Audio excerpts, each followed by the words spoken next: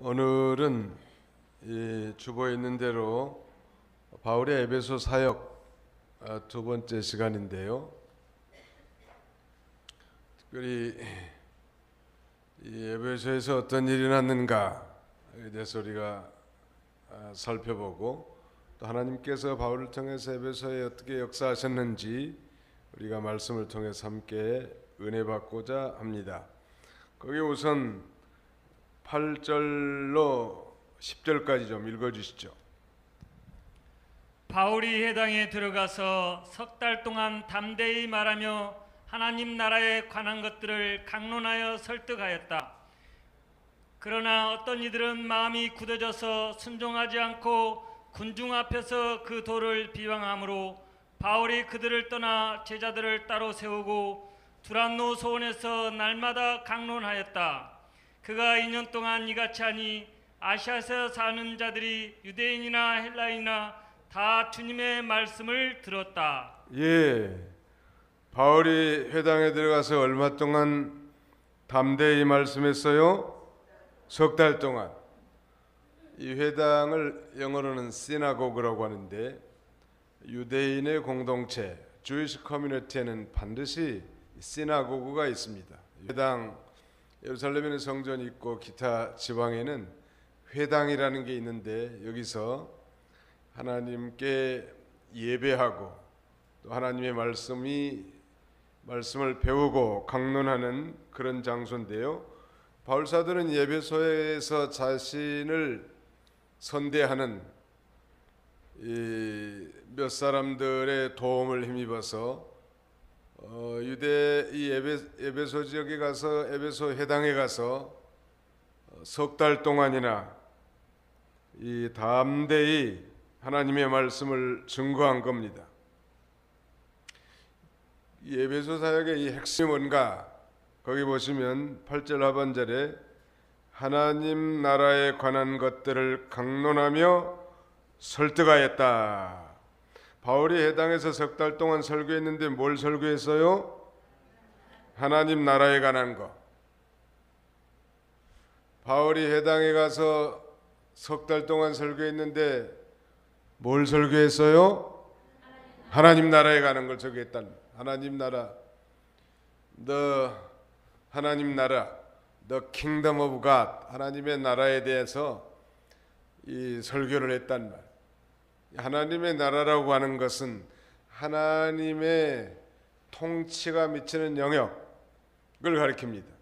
그러니까 이 하나님을 모르는 이 에베소 사람들, 아주 우상이 바글바글 끓는 그런 도시인데, 하나님을 모르는 이방인들, 이 에베소 사람들이 우상을 버리고 이제 하나님께로 돌아오게 됐단 말.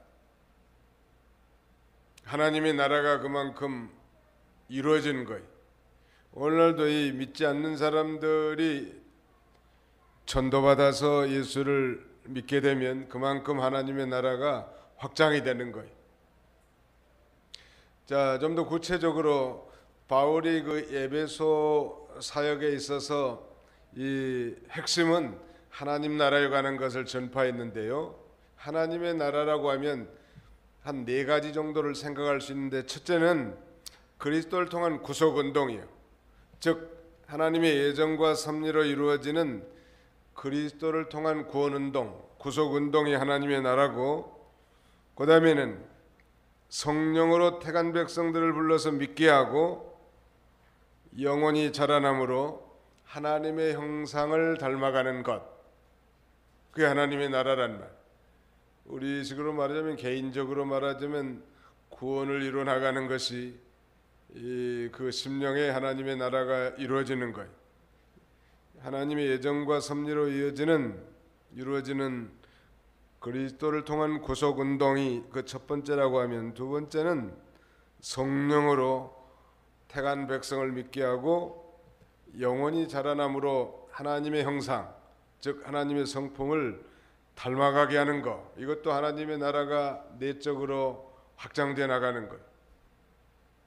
그 양적인 복음 전파를 통한 하나님의 나라가 확장되는 걸 양적인 거라고 한다면, 이 성령으로 말미암아 태간 백성들을 불러서 믿게 하고 또 이 영혼이 자라나감으로 하나님의 성품을 닮아가게 하는 것은 내적 부흥, 내적 하나님의 역사의 나라의 확장이라고 할 수 있겠죠. 그 다음에 세 번째는 지상교회 운동.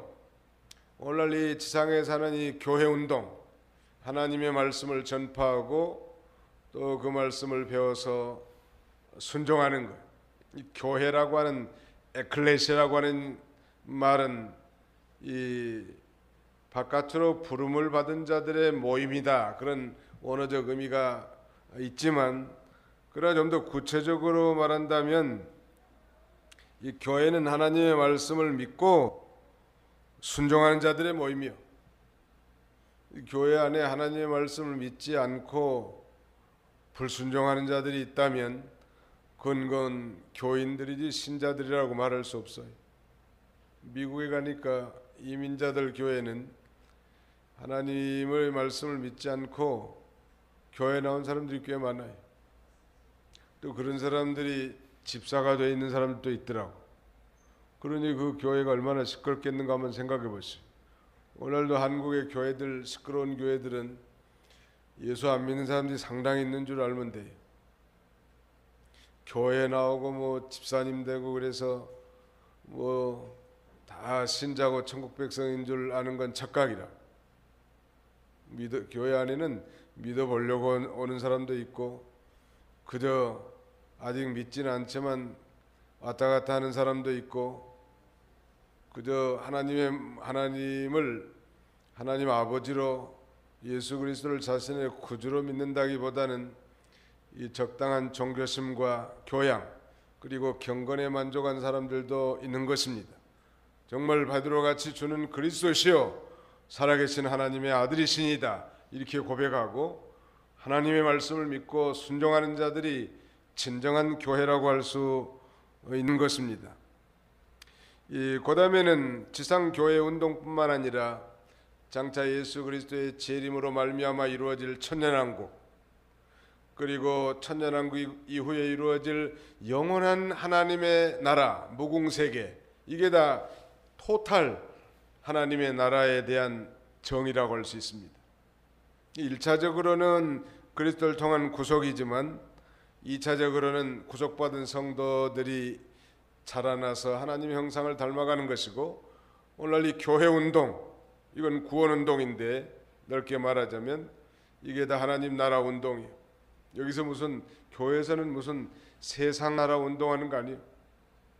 우리가 때로 무슨 이 친목을 위한 그런 프로그램이나 이벤트를 하지만 그것이 본 목적은 아닙니다. 하나님의 나라를 확장하기 위한 부수적인 것이죠. 근데 그런 것들이 지배된다고 하면, 즉 사람을 즐겁게 하고 사람 중심의 친목단체가 된다면 교회는 더 이상 존재할 의미가 없는 것이죠. 지상교회 운동은 하나님 나라 운동이고, 또 나아가서는 예수 그리스도의 재림으로 말미암은 이제 천년왕국, 즉 신천신주와 또 천년왕국이 끝난 이후에 영원한 무궁세계, 하나님의 나라가 전부 다 하나님 나라인데, 바로 바울은 자신에게 호의적인 에베소 사람들의 도움을 힘입어서 정상적으로 회당에 들어가서 석 달 동안 아주 간절하게 설교했을 것 같아. 제가 바울의 심정을 잘 확실하게 말할 수는 없지만 적어도 성령 받은 사역자라고 한다면 그 우상을 섬기는 그런 도시에 가서 유대인의 이 중심지인 이 회당에 들어가서 얼마나 피를 토하듯 하나님 나라에 관한 것을 증거했겠는가 미루어 짐작이 갑니다. 그런데 그 결과 이제 바울을 찬성하면서 믿는 사람들이 많이 생긴 거예요. 그러나 9절에 보십시오. 그러나 어떤 이들은 마음이 굳어져서 순종하지 않고 군중 앞에서 그 도를 비방함으로 바울이 그들을 떠나 제자들을 따로 세우고 두란노 서원에서 날마다 강론하였다. 그 힘있게 석 달 동안 하나님 나라에 관한 설교를 부지런히 했는데 그럼에도 불구하고 어떤 이들은 마음이 굳어져서 순종하지 않았다는 거예요. 이건 하나님의 은혜를 받지 못하고 버려진 자들이라고 할 수 있습니다. 이건 마치 씨 뿌리는 비유로 말하자면 길가에 떨어진 그런 씨와 동일하다고 할 수 있겠는데요. 여기 보면 마음이 굳어져서 순종하지 않고 그 도를 공공연하게 군중 앞에서 비방한 것. 이건 마치 하나님의 이 택한 백성들, 하나님의 새 언약 백성들의 자세와 정반대. 첫째는 마음이 굳어졌다는 말, 아주 완고하고 강팍한 걸 가리켜요. 성경은 너희가 오늘날 그의 음성을 듣거든 마음을 강팍하게 하지 말라. Do not harden your heart. 여러분들의 마음을 강팍하게 단단하게 하지 마십시오 라고 가르칩니다. 심령이 좀 부들부들해서 온유한 심정으로 하나님의 도를 잘 받는 자들이 돼야 되겠는데 이런 아마 이 불택자 같아요.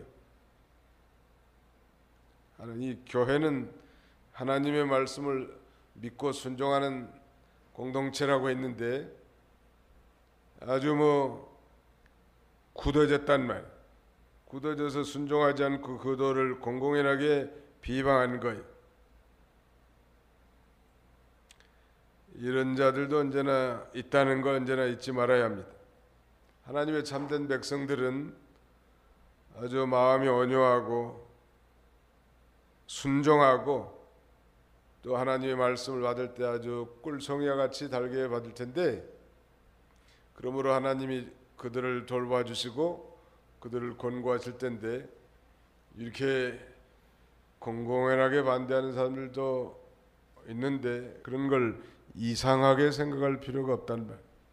이 교회에서 오늘 교회들이 많이 타락한 이유가 여러 가지가 많이 있지만 그 중에 하나는 직분남발이라고 할 수 있습니다. 직분남발. 집사의 자격이 되지 않는데 집사를 세워놓는단 말. 왜 세워놓을까? 주일날 잘 나오고 그 다음에 11조 생활도 성실하게 하고 그러니까 이 진정한 구원받은 체험도 없고 중생의 확신이 없는데도 집사를 세워놓으니까 그들이 재직회 회원이 되고 교회 중요한 결정을 하는데 그들이 선동하면서 반대하고 대적하고 하나님의 일에 손해나게 한다는 말. 한국 교회의 폐단 중에 하나예요.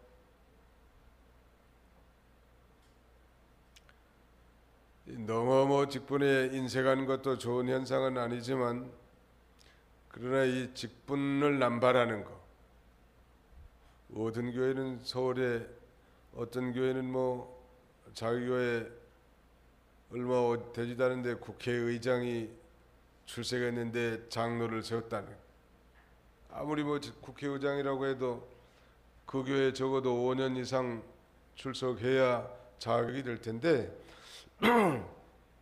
그 세상에 직분이 좀 있다고 해서 그 장로를 세우는 게 그게 옳지 않다는 말. 벌써 그게 타락한 거 아니에요. 인본주의죠. 사람 본의적인 개념이 되는 거예요. 그럼 어떻게든지 교회를 은혜롭게 하고 세워나가기 위해서 직분을 세우는 일은 참 중요한 겁니다. 조금 부족해도 그렇게 살기로 결심하고 또 일정한 기간에 자격이 주어진다면 또 직분을 세우면 믿음이 생기고 직분이 없을 때보다 훨씬 충성하는 일들이 많이 있어요. 그래서 이 지도자가 그 영적 분별력을 바로 가지고 하는 게 아주 중요하다는 말. 무조건 안 세우는 것도 능사가 아니고 또 무조건 직분을 남발하는 것도 능사는 아니에요. 어느 사람은 조금 부족하지만 자격이 되니까 적어도 이 기간이라든지 이런 보통 자격은 구비돼야 돼요. 반드시. 영적인 실력이 좀 모자라도 확실히 구원받은 자고 영적 가능성 있는 사람들은 이 발굴해서 직분을 세워놓으면 그렇지 못할 때보다 충성을 다하는 거예요. 지난번에 우리 거의 50년 만에 처음으로 작년에 연말에 권사님들을 이렇게 세웠는데 대부분 다 훌륭한 분들이고 또 자격이 다 되지만 그 중에 극소수 이 권사님들은 여러 면의 미비해요. 그래도 여러분들의 의견을 청취하고 또 우리 장로님하고 의논하고 그래서 앞으로 좀 이 힘을 쓸 걸 약속하고 다짐을 받은 다음에 그거 세운 거예요. 심사할 거다. 사실 직분 세울 때 목사님이 골머리 앓지 않는 신자들이 좋은 거예요. 이거 세워야 되나 말아야 되나 참 헷갈릴 때가 많고 고민한다는 건 문제가 많아. 이분은 아예 권사감이다. 이분은 집사감이다. 의심할 필요도 없고 고민할 필요도 없는 그런 뛰어난 신자들이 되면 얼마나 좋겠습니까? 하는 그렇지 못한 일들이 많이 있단 말. 그렇다고 배제하는 것보다 또 세워나가는 것도 유익이 많아. 분명한 한 가지는 그것이 인본주의 되게 돼서는 안 된다.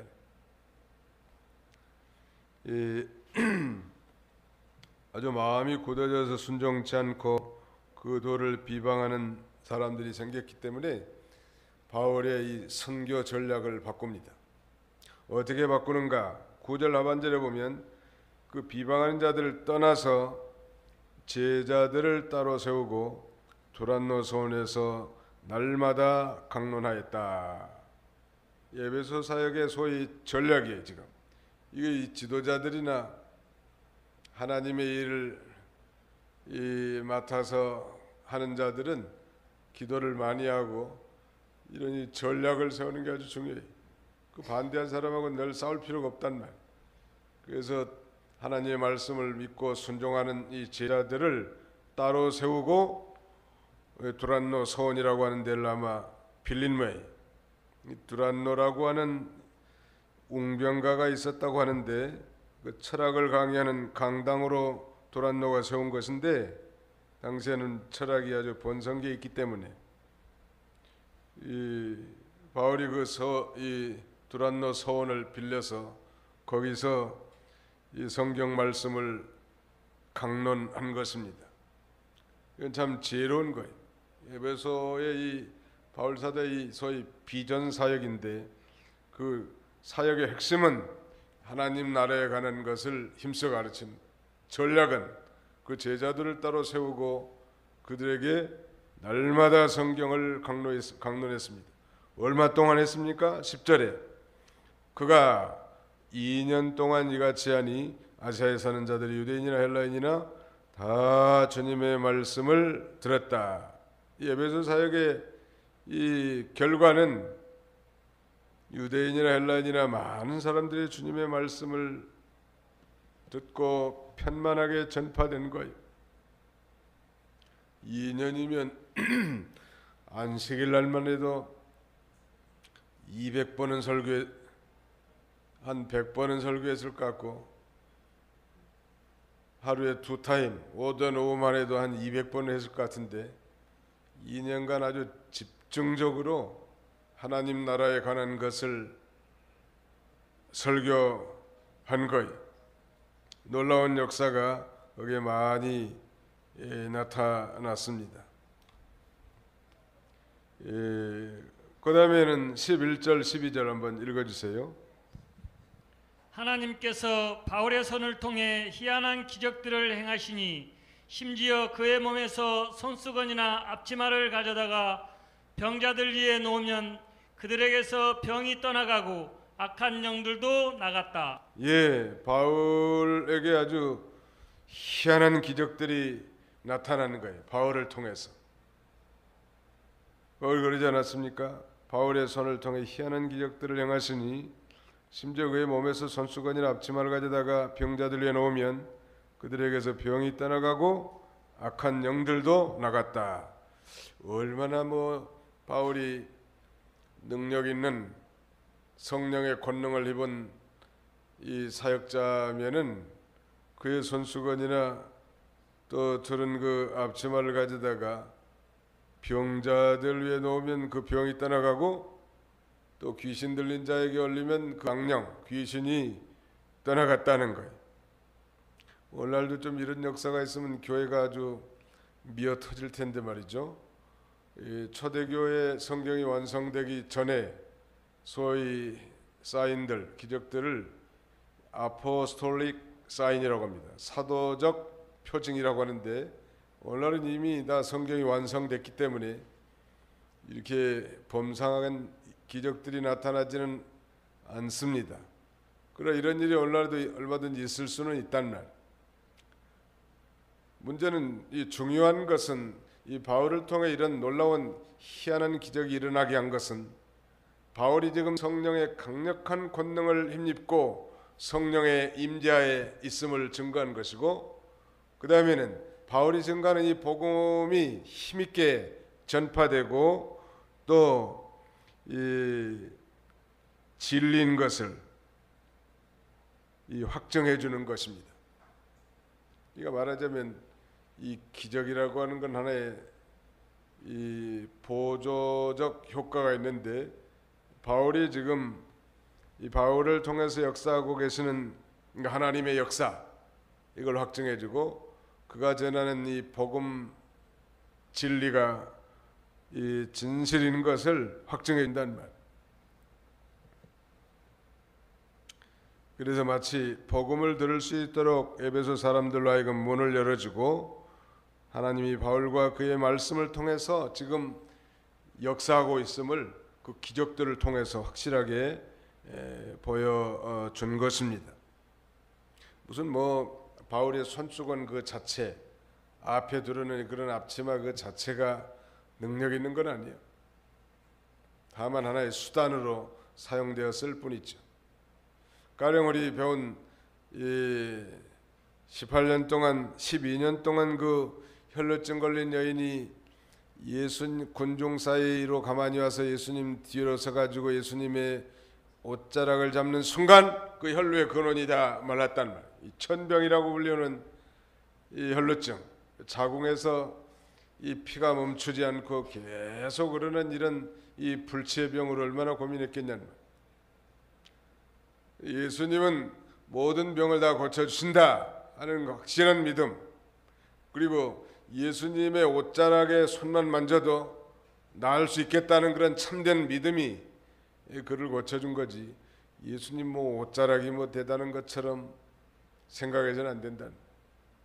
천주교는 좀 그 외부적인 걸 상당히 중요하게 여깁니다. 크리스찬 영화 중에 성의라고 하는 거룩한 옷이란 뜻인데, 그건 마치 예수님이 이제 십자가에 죽으신 다음에 부활하셨잖아요. 그럼 예수님 들은 그 옷이 있을 거 아니에요. 그걸 추적해서 영화를 만드는 건데, 마치 그 거룩한 옷이 뭐 대단한 효험이 있는 것처럼 선전하고 극화를 해놨는데, 우리 개신교, 우리 기독교는 그런 걸 믿지 않아요. 그저 하나님께서 어떤 것이든 사용하면 능력의 도구로 쓰임 받는 거예요. 물이 포도주로 바뀐 거나, 그 다음에는 한 소년의 오병이의 도시락이라든지 한 번 다 쓰임 받는 거예요. 이 예루살렘 입성할 때 쓰임 받은 나귀, 그 나귀가 무슨 위대하겠습니까? 그저 예수님 앞에 예수님의 구원 운동에 귀하게 한번 쓰임 받은 거예요. 그런 면에서 성지순례라는 것도 그저 뭐 가가지고 뭐 관광 정도 한다면 그건 무슨 의미가 있어? 내가 보기에는 우리나라가 땅도 훨씬 높고 산천도 훨씬 더 수려하고, 내가 보기에는 이스라엘보다는 우리나라가 훨씬 더 아름다운 나라예요. 근데 관광 목적으로 가가지고 뭐 이스라엘 가가지고 봄들고 갈릴리바도 한번 보고 오고, 또 시내산 꼭대기 한번 올라갔다 오고 나귀 타고, 그 예수님 또 십자가를 지고 걸어가신 길 한번 걸어보고, 다리만 아플 것 같은 내 생각에. 그러나 정말 믿음을 가지고 나를 구원하신 우리 주님께서 정말 나를 구원하기 위해서 그 모진 고난과 십자가를 지시고 걸어가신 그 길을 기억하면서 나를 구원하신 그 구원의 은혜에 감사하면서 그런 믿음을 가지고 체험하면서 한번 걸으면 그것도 또 유익이 있을 것 같아요. 그리고 각종 구교 캐톨릭이나 이 정교회에서 이 성지마다 예배당을 그렇게 다 세워놨다는, 그 예배당이 꼭 무슨 무당 푸닥거리하는 그런 집처럼 화려하게 꾸며져 있다. 그게 또 무슨 상관이 있겠습니까? 성지순례 가고 싶은 사람들은 회개 많이 하고 기도도 좀 많이 하고 좀 준비해 가지고 갈릴리를 가서라면 갈릴리에 대해서 연구하는 거예요. 우리 주님이 갈릴리에서 행하신 제자들의 소명이라든지 또 기적인 역사라든지 이런 걸 생각하면서 믿음으로 참여한다면 이 성지순례도 굉장히 유익이 있을 것 같습니다. 껍데기만 가져서는 안 된다. 이 기도 많이 안 하고 회개 안 하고 건너없이 뭐 비행기 타고 갔다가 왔다 갔다 하면 분주하고 다리만 아프지 그게 뭐 무슨 의미가 있겠냐. 바울이 앞치마나 무슨 손수건이 내 생각에는 우리 집에 있는 손수건보다 훨씬 못할 것 같아요. 앞치마도 그렇고. 그러나 그 능력 있는 사역자에게서 그런 이적이 일어난 것은 하나님이 지금 바울을 붙들고 복음을 증거하면 하나님이 함께 하심과 그가 증거하는 이 복음이 진리임을 많은 사람들에게 알게 하기 위해서 그런 이적을 행하게 하신 것입니다. 그 다음에 13절부터 좀 읽어주세요. 그런데 또 돌아다니며 마술하는 어떤 유대인들이 악한 영에 들린 자들에게 주 예수님의 이름을 이용하여 말하기를 바울이 전파하는 예수님을 의지하여 너희에게 명령한다라고 하였다. 스게와라는 유대인 제사장의 7 아들들도 이런 일을 하고 있었다. 악한 영이 그들에게 대답하여 말하기를 내가 예수도 알고 바울도 아는데 너희들은 도대체 누구냐 하고 악한 영에 들린 그 사람이 그들에게 뛰어올라 그들을 제압하여 이기므로 그들이 상처를 입고 벗은 몸으로 그 집에서 도망하였다. 이 일이 에베소에 사는 모든 유대인들과 헬라인들에게 알려지니 그들 모두에게 두려움이 임하였으며 주 예수님의 이름이 찬양받았다. 예, 여기 보면 이제 마술사의 시험이 나오는데요. 이 떠돌이 마술사가 악한 영에 들린 자들에게 예수님의 이름을 이용해 가지고 이렇게 말합니다. 바울이 전파하는 예수님을 의지하여 너희에게 명령한다. 아주 뭐 바울이 대단한 모양이야. 왜 바울이 이렇게 강력하게 하나님의 이 거룩한 능력의 도구로 쓰임 받을 수 있었을까? 바울은 기도의 사람이고 바울은 성령의 인도를 받는 사람이야. 그 하나님께서 특별히 역사하셨단 말. 그래서 내가 바울의 전하는 예수님을 의지하여 너에게 명령한다 이렇게 말하면서 마귀를 쫓고자 했습니다. 근데 문제는 예수님의 이름 자체에 무슨 능력이 있는지 시험해 보겠다는 뜻인데 마치 이들의 모습은 기독교를 또 하나의 무속신앙, 기독교를 또 하나의 이 샤머니즘으로 그 정도로 생각하고 예수님을 여러 우상 가운데 하나로 여기는 그런 참남한 죄를 지은 것입니다. 이적의 주관자라든지 기적의 목적 이런 건 상관없고 자신의 욕심과 호기심을 위한 것. 바울에게서 이 놀라운 능력이 나타나니까 바울이 전파하는 예수님을 의지하여, 옛날 성경은 빙자하여 이렇게 되어 있는데 너에게 명령한다 이렇게 말하고 있습니다. 이게 이 기독교를 빙자한 하나의 샤머니즘적 생각이라는 거예요. 그런데 그들 가운데는 스게와라고 하는 유대인 제사장 7 아들들도 이런 이 운동을 하고 다니고 있단 말이에요. 거기 한번 보십시오.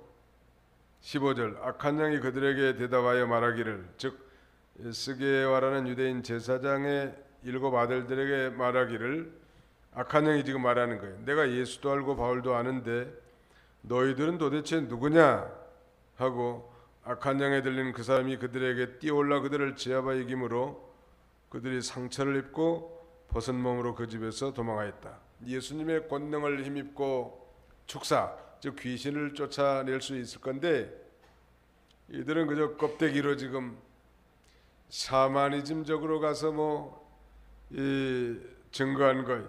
그러니까 악한 영이 도리어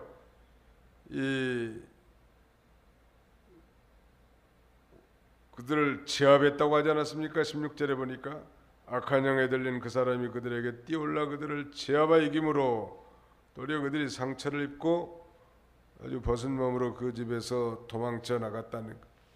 왜 이런 일이 벌어졌을까? 예수님의 이름도 중요하지만 그 이름을 부르는 자의 참된 믿음이 중요함을 우리에게 가르쳐주고, 예수님의 이름은 권세와 능력이 있지만 믿음이 없이 그 이름을 이용하려는 자들에게는 결코 능력이 나타나지 않는 거예요. 우리가 기도할 때도 마찬가지고 또 하나님 앞에 예배드릴 때도 마찬가지고 항상 믿음으로 하나님을 의지하면서 하나님을 힘입어서 기도도 하고 또 예배도 드릴 때 그 기도가 상달되고 예배도 하나님이 허망한 것입니다. 형식적으로 무슨 스님들 이 주문을 외우는 식으로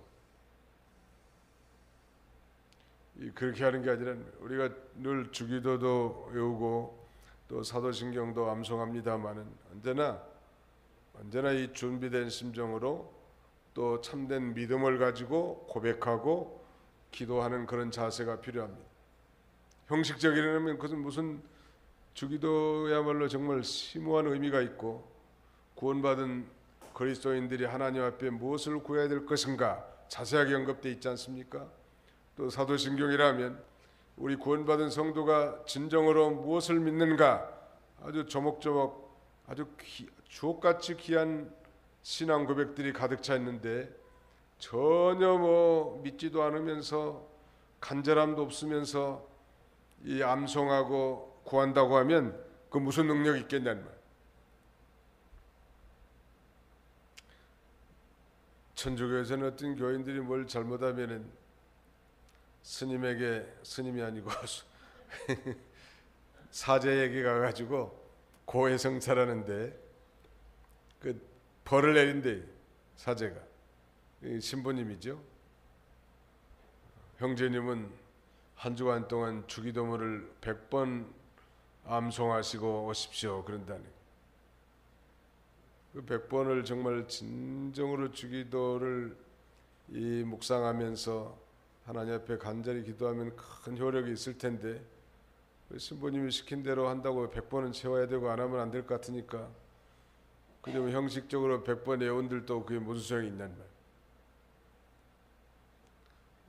우리 신학생들은 주간이나 야간이나 하루에 성경 10장 기도 2시간 이거 훈련시키는데 그래서 경건 카드를 작성해서 제출하게 하는데 경건 카드 작성해서 제출한 것도 중요하지만 그 10장 채우려고 읽는 게 무슨 의미가 있겠냐는 말. 다만 한 장이라도 깊은 이 신앙과 그다음에 하나님을 의지하는 마음으로 또 회개하는 심정으로 읽는 게 그게 유익한 거지. 10장 외우라고 한다고 해서 10장만 채워가지고 거기다 써서 내면 그게 무슨 의미가 있겠냐. 우리는 그런 걸 다 포함해가지고 과제를 내주지만 받는 사람들이 그걸 어떻게 받느냐가 중요한 것 같아요. 하나님은 중심을 보시고 또 진심으로 하는 걸 원하신다는. 여기 지금 스게의 아들들도 예수님의 이름을 빙자해가지고 지금 귀신을 쫓아내는 일을 해보려고 하는데 귀신 들린 사람한테 오히려 당했단 말이에요. 왜냐하면 예수님의 이름은 권세한 능력이 있지만 그들은 참 믿음이 없었어요. 믿음이 없이 그 이름을 이용하려고 하는 자이기 때문에 능력이 나타나지 않은 것입니다. 사람이 마음속에 예수님을 영접하지 못하고 성령의 역사가 없는 사람은 마귀도 알아봐요. 마귀도 무시한다. 그게 뭐라고 하는가 보십시오. 내가 예수도 알고 바울도 아는데 너희들은 도대체 누구냐? 한번 따라서 합시다. 내가 예수도 알고 바울도 아는데 너희들은 도대체 누구냐? 이 너희들에다가 자기 이름을 갖다 대라. 귀신들도 예수님을 믿고 떤다고 해서 야고보서 보면 행함이 없는 믿음은 죽은 믿음이라고 설명하면서 귀신들도 믿고 떠느니라. 귀신들도 예수님을 인정한단 말이에요. 그러나 그 말씀을 순종하지 않고 열매가 없는 거죠. 오늘날도 귀신의 믿음은 겉만 번지르하고 떠들어대지만 실제로 믿지 않고 열매가 없어요. 그게 바로 귀신의 믿음이에요. 내가 예수도 알고 바울도 안다. 아니 참된 전도자도 알고 하나님의 아들 구세주 예수님도 안다는 거예요. 이 귀신만도 못하는 거예요. 지금 스게의 아들들은 예수님을 자신의 진정한 구주로 믿고 성령을 받은 자라면 능력이 나타나는 거예요. 왜 능력이 없는가? 믿음이 없어요. 없다 해도 믿음이 없어. 절대 신앙을 가지고 성령의 인도를 받아 나가면 우리를 통해서도 정도의 차이는 있지만 놀라운 생명의 역사가 나타나는 것입니다. 그러므로 너희 속에 예수님이 없는데 왜 예수님의 이름을 빙자해 가지고 우리를 쫓아내려고 하느냐? 그러면서 마귀가 달려들어 가지고 그 사람에게 상처를 입히고 손해를 준 것입니다. 그러므로 마음으로 예수님의 이름을 믿고 그 속에서 예수님의 능력이 역사하고 그 능력이 속에서 나타날 때 마귀는 물러간다. 우리가 회개 기도도 많이 하고 찬송도 힘있게 부르고 예수 그리스도 이름으로 이 귀신을 쫓아내면 귀신이 썩 달아난다는 고백 못해요. 근데 전혀 그런 믿음은 없이 그저 어서 들은 풍월로 그렇게 하면 도리어 이 손해본다는 거예요. 사탄아 그 사람에서 나가라. 그러면 능력으로 그 귀신이 다 물러갈 텐데 아니 사탄이 덤벼들어가지고 오히려 그들을 제압해버린 거예요. 이런 놀라운 역사가 있게 되니까 17절 이 에베소에 사는 모든 유대인들과 헬라인들에게 알려지니 그들 모두에게 두려움이 임하였으며 주 예수님의 이름이 찬양을 받았다. 이미 믿는 자들 중 많은 이들이 와서 자신들이 행한 일을 자백하고 공개하였다. 놀라운 역사가 두 가지가 나타나는데요. 첫째, 소극적으로는 예수라는 이름에 대한 두려움을 느끼고 함부로 하지 않아야 함을 깨닫게 됐고, 예수님의 이름을 함부로 사용하면 안 되겠구나. 여호와 이름을 망령되 일컫지 말지니라. 우리 십계명에도 제 3계명이 그렇게 돼 있잖아요. 예수 믿는 사람들이 함부로 예수님의 이름, 하나님의 이름을 이렇게 도용하면서도 실제는 전혀 상관없는 인생을 산다면 그건 이 주님의 이름을 망령되이 여기는 큰 참남한 죄입니다. 믿음으로 부르는 건 귀한 거예요. 그 다음에 적극적인 현상이 또 한 가지 나타나는데 각종 마술 서적들을 불사르거나 회개하고 예수님을 구주로 영접한 것입니다. 그러지 않았습니까? 18절에 이미 믿는 자들 중 많은 이들이 와서 자신들이 행한 일들을 자백하고 공개하였다. 마술을 행하던 많은 이들이 책들을 모아서 모든 이 앞에 불태웠는데 그것들의 값을 계산하니 은전으로 5만 개나 되었다. 이처럼 주님의 말씀이 힘있게 퍼져나가고 점점 강성해졌다는 것. 예배소 사역을 통한 놀라운 역사가 나타난 거예요. 얼마나 큰 역사가 이 우상의 도시에 나타났으면 흉내내는 이 마술사들까지 다 등장하게 된단 말이에요. 소위 말하면 사이비 이 전도자들이 나타나는 거예요.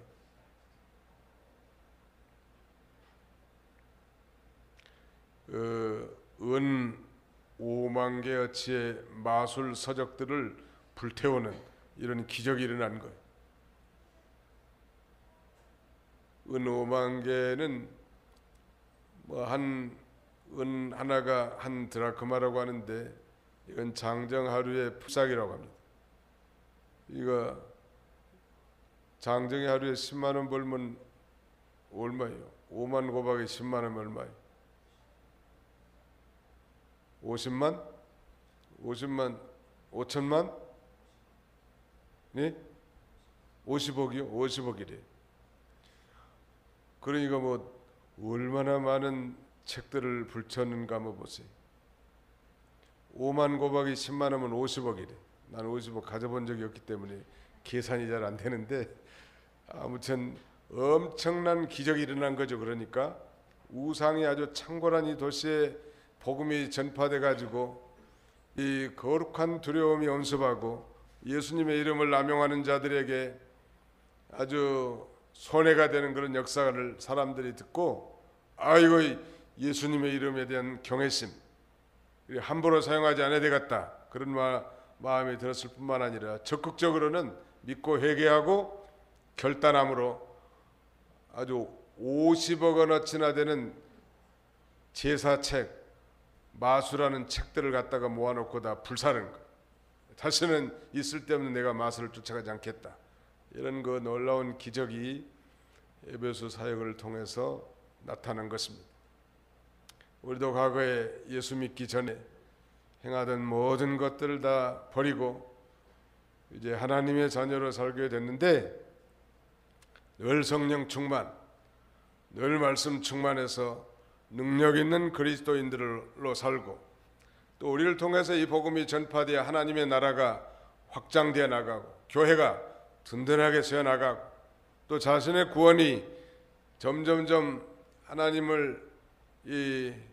안의 영적 성숙에서 하나님의 형상을 많이 닮아가는 그런 복된 성도님들이 다 되시기를 주님의 이름으로 축원합니다. 기도합시다. 거룩하신 하나님 감사합니다. 지난 3일 동안도 주님의 은혜의 장중 아래 저희를 붙들어 주시고 이 저녁에도 주의 전에 달려나와 하나님 앞에 기도할 수 있고 예배할 수 있도록 은혜 주심을 진심으로 감사합니다. 우리의 모든 허물과 죄를 정결하게 씻어주시고 성령과 말씀의 인도를 받아 또 남은 주간도 승리하며 살아갈 수 있는 저희들이 다 되게 하여 주시옵소서.